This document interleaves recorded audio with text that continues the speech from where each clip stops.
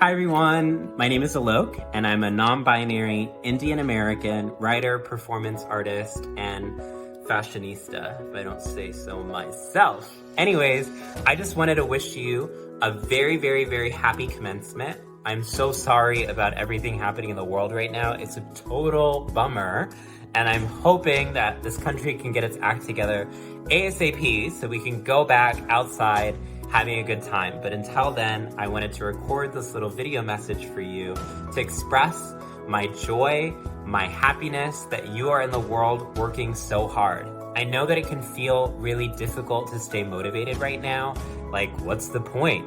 Like, what do we even know that's gonna happen in the future? But one of the things that I've learned about being an artist is that just because we don't know what's gonna happen doesn't mean it has to be a bad thing. And that in fact, the unknown can actually yield a really good thing. And that actually the unknown allows us to be creative. You know, a lot of people have been telling me that it feels like we're in a movie right now. And I'm like, yeah, totally, because movies and books have always felt like reality to me. As an artist, I try to teach people that when we're making art, we're not just representing reality, we're creating a whole new reality. And how awesome is that? That within one world, we can have many worlds. And what I wanted to really say to you is use this time to actually focus on your creativity and your creative self-expression. What are things that you've always wanted to experiment on or work with? What are colors that you just want to explore in a day-to-day? What are new ways of interacting through music or poetry or fashion that you could try out? And what you'll find is that through expressing your creativity, things become a little bit less serious. Not that there's still not a lot of really intense things going on, but you begin to realize that there's always possibility. That one of the things that sadness does is it often strips us of our capacity to believe in transformation and in hope. And I think what I'm always trying to remind myself is that art can create a space for hope and for dreaming and for loving and for imagining. And that imagination is a place where we can roam free. You know, as a non-binary person, I, as you can imagine, have had to deal with a lot of bullying and harassment in my life. And so I started writing poetry when I was 13 years old.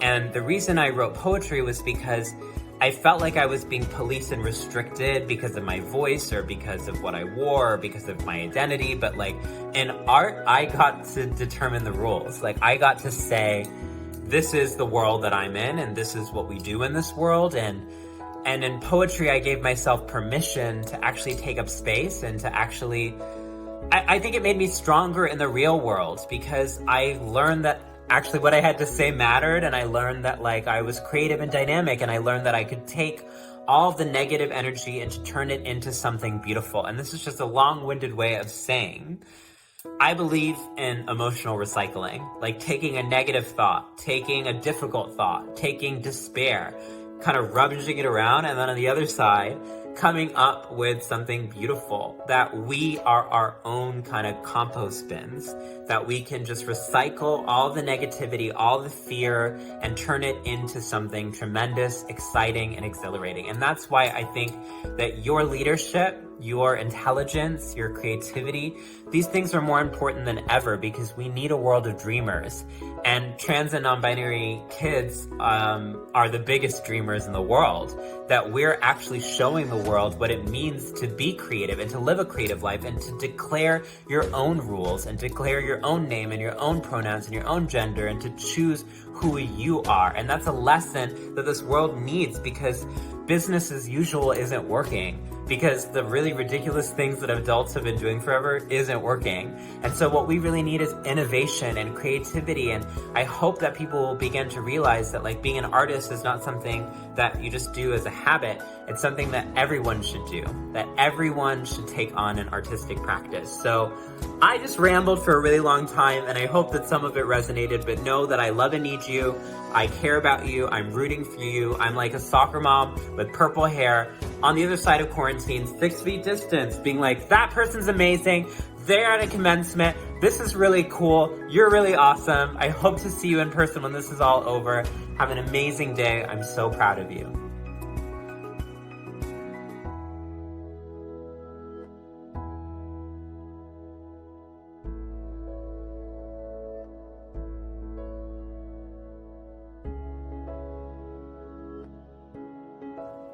Hi everyone, this is Jazz Jennings. I'd like to congratulate each and every one of you on graduating from elementary school. It's an enormous accomplishment. I'm so proud of all of you and sending love from my home in Florida. When I graduated from 5th grade, my school celebrated me by giving us a clap out. The whole school lined up and applauded the graduates. I know that during these challenging times we can't have formal ceremonies or applauses, so I'd personally like to clap for all of you. Yay, you did it! I know that being transgender, non-binary, or gender expansive in schools can be tough for kids like us. I know what it's like to be a trans elementary school student, and I've had my share of challenges. I know it can be really tough at times, but I made it through, and so will all of you. I wish you the best as you begin middle and high school, and always remember to reach for the stars, because even if you miss, the clouds will catch you and help you reach your dreams. I love you all.